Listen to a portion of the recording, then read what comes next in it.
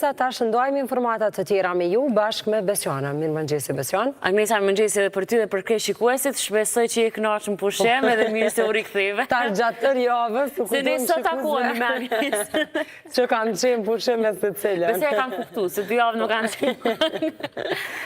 Ne sot jemi bashkë, si gjithmonë do kemi një bisedë pas pak, mirë po fillimisht do të flasim për ngjarjet e ditës, pashtu edhe për kuriozitetin që e kemi zgjedhur për sot. Ngjarja kishte sot mjaftueshëm. Përpos që partitë politike patjetër e kanë filluar edhe fushatën e tyre, nuk po i përmendim sepse gjithë simpatizantët mundet me hyrë për faqet e tyre zyrtare dhe mu informu për secilën parti se kur dhe çka do të mbaj. Unë po i njëftoj shikuesit me disa ngjarje të tjera. Në orën 9 do të fillojë gjykimi fillestari i spionës serbe Jelena Đukanović në gjykatën themelore në Prishtinë. Në orën 9:20 më pas presidentja Vjosa Osmani do të pret në takim ministrin e punëve të jashtme të Finlandës, njëkohësisht edhe kryesuese e OSBE-s Elina Valtonen. Në orën 10 do të bëhet prezantimi zyrtar i skemës së granteve për energji të pastër, do të marrë pjesë pashtu kryeministri në detyrë Albin Kurti, më pas është pashtu edhe ministri i ekonomisë në detyrë Artane Rizvanolli, pashtu ministria e mintit në detyrë Rozeta Hajdari dhe ambasadori i Luksemburgut në Prishtinë Erik Dietez. Në orën 10 kryetari i Prishtinës Proparim Rama do të mbaj një konferencë për media ku do të prezantohen projekte dhe zhvillimet kryesore për kryeqytetin. Në orën 10 organizata Ex-Coast Women do të mbaj konferencë rajonale në kuadër të projektit fuqizimi i grave dhe komuniteteve që jetojnë në Kosovë. Më pas, pikrisht edhe që e përmenda kryesuesja e OSBE-s do të ketë po ashtu edhe disa takime me shoqërinë civile, përfaqësues të Akademisë së Dialogut të OSBE-s, KFOR-it, misionit të OSBE-s në Kosovë e të tjera. Në orën 12, Ministria e Mjedisit, Planifikimit Hapësinor dhe Infrastrukturës, në bashkë me organizim me Universitetin e Kosovës, do të kenë edhe javën europiane të lëvizshmërisë. Këto Agnesa për momentin janë vetëm ngjarjet të cilat do të ndodhin edhe do t'i kemi gjatë ditës së sotme, ndërkohë e din shikuesit është portali Koha.net ku mund të informohen për secilin detaj pashtu dhe secilën ngjarje që kanë ndodhur sot në vend. Pashtu gjatë ditës patjetër se mund të ketë edhe ngjarje të tjera. Ndërkohë, unë tregova në fillim që ta kemi një lidhje direkte me Viber. Sot e kemi zgjedhur që të flasim për një raport të fundit të cilën vetë ka publikuar Agjencia e Statistikave të Kosovës, ku ka treguar që ka pasur rritje të inflacionit pikërisht në muajin gusht në krahasim me vitin e kaluar. Pashtu muaji korrekt i këtij viti me gushtin ka shumë dallim. Ndërkohë, ne tani do të lidhemi bashkë me një ekonomist, është me neve ekonomisti Mustaf Kadriaj, me cilën do të diskutojmë pikërisht këtë temë. Zoti Kadriaj, mëngjesi, po shpresoj që po na dëgjon edhe e mirë. Mëngjesi, faleminderit për ftesën, edhe ju punëbar për ju dhe të shikuesit tuaj. Faleminderit shumë. Në raportin e fundit thuhet që ka pasur inflacion 4.5% në krahasim me vitin e kaluar të njëjtit muaj. Çka do të thotë ky inflacion pra për qytetarët e Kosovës? Po padyshim do ta bëjmë gjithmonë një lloj krahasimi sepse jem koshient edhe nëse marrim si bazë do të thotë për vitin 2019, do të thotë koha dhe pandemisë, pra kur flasim në atë kohë kishte një rritje të inflacionit për rrethona të caktuara, ju kujtohet në mbas pandemisë, por tani kishte tentim të rënies, por për fat jo të mirë ajo që ishte 14%, edhe nëse ka pas rënje ka qenë dhe prapërsisht deri në prap ka mbi dikon mbi 10% a inflacion i kaluar. Për faktin që edhe ne si konsumatorë dim që më nuk mund të blejmë me të njëjtën vlerë monetare se kemi blerë në vitin 2019. Por kur flasim tani mbas pandemisë së tutje, nëse flasim me këto 4.5 në ekonomi dhe në teorinë ekonomike ne shohim si një inflacion i moderuar quhet, që në fakt për ekonominë në parim është i shëndetshëm, sepse përderisa nuk ka dyshifrorë, diçka që qytetari konsumon, bizneset shesin, por gjithashtu në pyetje që do t'ja bëjmë dije të shikuesve që eksporta e konsumit gjithmonë është më e ndihshme sepse rëndesa pikërisht bie në shportin e konsumit. Pra kur flasim mbi këtë bazë, pra është diçka që do të mirët shqetësuese për faktin që për fat jo të mirë ne prapë jemi edhe më një familje po jetojnë që nuk kemi qeveri dhe së rezultat që nuk kemi qeveri, nuk kemi institucione në krye të detyrës dhe ato institucione relevante të cilat do të mirën që ta me një mënyrë ta kenë kontroll inflacionin përmes taksave dhe tatimeve dhe politikave ekonomike. Për fat jo të mirë nuk kemi qeveri të mandatuar, edhe ato institucione që e mbrojnë konsumatorën apo diçka të ngjashme ose konkurrencën e lirë, ato nuk kanë thjesht atë mbikëqyrjen si duhet dhe mbetet në ndërgjegjjen e tyre se sa e kryjnë detyrat dhe si rezultat shifet që mungesa atyre në teren në vazhdimisht kemi rritje të çmimit të konsumit që kjo për fat jo të mirë e rëndon jetën e qytetarit çdo ditë më shumë. Po, tek ky raport i fundit e ASK-s tregohet atë qartë që në fakt kjo rritje ka ndodhur pikërisht për shkak të si rrjedhoi e shfrytëtimit të energjisë elektrike, ndërkohë dhe disa të produkteve bazë. Mirë, po dua të di nga ana juaj se si mundet me ndiku kjo tek bizneset, tek ekonomia e vendit. Po vetë fakti që kishim rritje të çmimit të energjisë elektrike, si tek ekonomitë familjare, po ashtu edhe tek bizneset tashmë këtë lloj diferencimin e bizneset që bëha, kjo në fakt me njëherë rezultaj që bizneset në fakt rrisin çmimet duke filluar nga buka të ngjashme, pra çdo ditë kemi fryrje të çmimeve që aktorët cilët e përfaqësojnë qeverinë gjithnjë po arsyetojnë që edhe në perëndim, por du ta kemi qartë që nëse marrim gjithmonë pagat e qytetarëve në perëndim dhe këto është diçka e pakrahasueshme dhe në fakt çmimet na janë barazuar pothuajse me çmimet evropiane, që me këto paga çfarë kemi tashmë edhe një pagë minimale në fakt 500 euro nuk mund ta përballon një shport të konsumit për me të kalu një familje 4 ose 5 antarë brenda muajit, sepse ne para se me qenë profesionist ne jemi edhe qytetarë dhe konsumatorë dhe e dim se sa na rëndohet thjesht portofoli jonë në shportën e konsumit. Ju e përmendet që pothuajse jemi afruar me çmime pra të shteteve evropiane, pra duke marrë parasysh edhe standardet e jetesës në Kosovë. Mirë, pa mendoni që inflacion më shumë kemi pasur ne se sa vendet e Bashkimit Evropian, shembull të themi? Po, për faktin që përmendet që në momentin që pagat i kitolta dhe ki këtë rritje të çmimit në vazhdimsi, kjo i bie që është dobësuar fuqia blerëse e pagës dhe në fakt e rëndohet jeta qytetarit. Pra, kur e marrëm mbi këtë bazë këto, edhe nëse marrëm fakt krahasimin, kjo i bie që ne kemi pasë inflacion më të lartë. Por, për fat jo të mirë, ne është duke na përcjellur që nga mbas lufta importi i lartë dhe çdo lëvizje e çmimeve në nivel rajonal, evropian ose më gjerë, sepse ne importojmë nga gjithë bota, kështu që një lëvizje çmimi në nivele global si tek derivatet, si tek shporta konsumit, tekstilit, gjitha, aja dikton një drejt për drejt rritjen e çmimeve që kjo përkthehet në ekonomi inflacion, por du të jem korrekt, do të si ekonomist që përderisa kemi një inflacion 4.5%, gjithmonë llogaritet si i moderuar që po të ishte në disa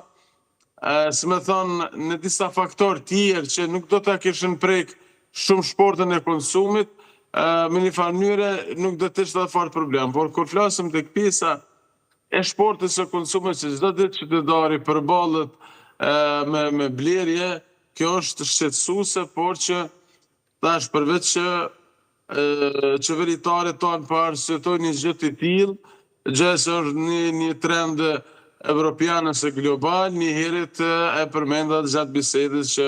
ne se Kosovë për fat jo të mirë nuk kemi qeveri dhe spekulantët biznesor, tregtarët është shtrat i mirë për ta që këtë kohë ata kësi lloj situata në fakt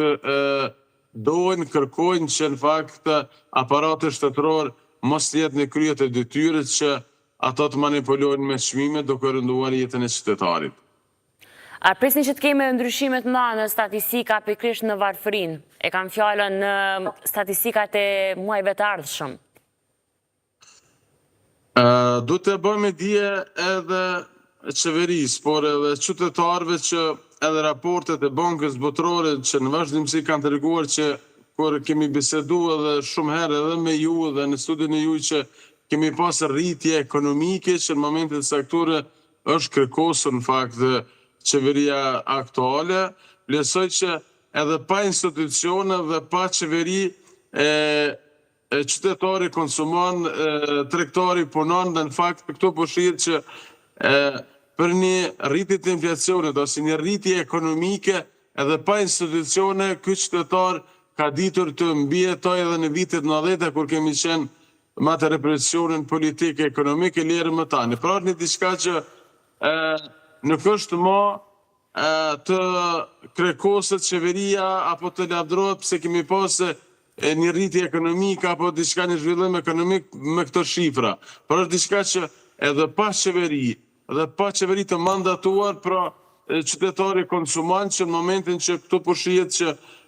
niveli i lartë i konsumit ka bërë që të rriten edhe çmimet, sepse në ekonominë e tregut në momentin që ki kërkesën e lartë, bizneset normal që ato i fryjnë çmimet sepse ende përballon portofolio qytetarit sipas biznesit, ende në fakt e përballon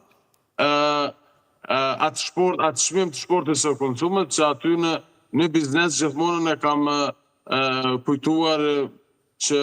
nuk ka të mshirë sepse secili biznes që regjistrohet për të pasur fitim dhe qarkullim një herë. Kështu që në këtë rast në ekonominë e tregut nuk kemi nevojë për ligje arbitrare me ligje me një mënyrë majtiste, por kemi nevojë për ligje të cilat njerit edhe mbrojnë biznesin përmes taksave dhe tatimeve që bizneset më dalë me çmime të pavarshme, por rrjedhimisht mbrohet edhe shporta e konsumit. Por që si duket qeveritarëve në vazhdimsi nuk ju ka interesuar aq shumë, por vetëm ju ka interesuar që të mbushet arka e shtetit dhe më së leti po mbushet përmes doganave që në momentin që në doganë thotë ka ato tatime, taksa dhe akciz, ajo në fakt për qeverinë është shumë lehtë të mbushet arka e shtetit, por duhet ta kemi qartë që kemi dy faktorë që ndikojnë negativisht në performancën e shtetit. Njëherë dëmtohet jeta qytetarit dhe konsumatorit, po njëherët edhe prodhuese vendore është para kolapsit, sepse në momentin që ki gjithë këtë mbi popullim të produkteve të importuara, prodhuesit vendore me një mënyrë çdo ditë të rënkojnë për nga ana e të bërit biznes, sepse nuk mund ta përballojnë thjesht konkurrencën që vjen nga jashtë.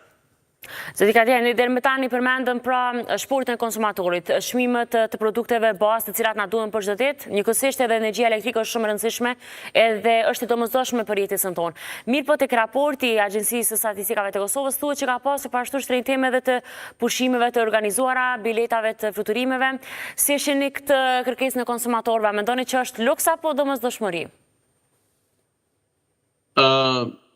Unë si ekonomist gjithmonë do të mbroj tezën që kur është pyetje pushime dhe rekreacione, aty nuk ka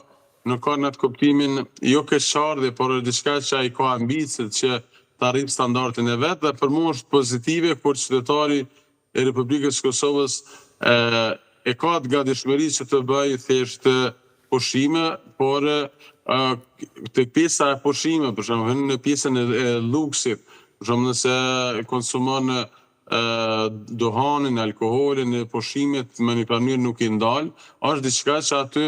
nuk shkon ti si më thon për më kërku lëmosh ose mëshirë, por shkon në atë kuptimin si një qytetari idenë do thotë që ban pushimet jashtë vendit dhe në momentin që jeti thjesht turist, tek turisti nuk ka në një mënyrë diferencim çmimeve. Nëse ka diferencim çmimeve, ka diferencim të çmimeve në atë kuptimin nëse themi negativ, sepse ka fryrje të çmimeve, sidomos në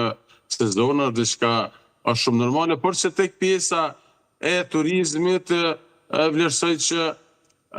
për mua është diçka e mirë nëse është një lloj pasqyrie që qytetari i Republikës Kosovës e ka rritë atë stat që të bëj pushime jashtë vendit, por do ta kenë qartë që ajo pjesë nuk ka më thjesht keqardhje, sepse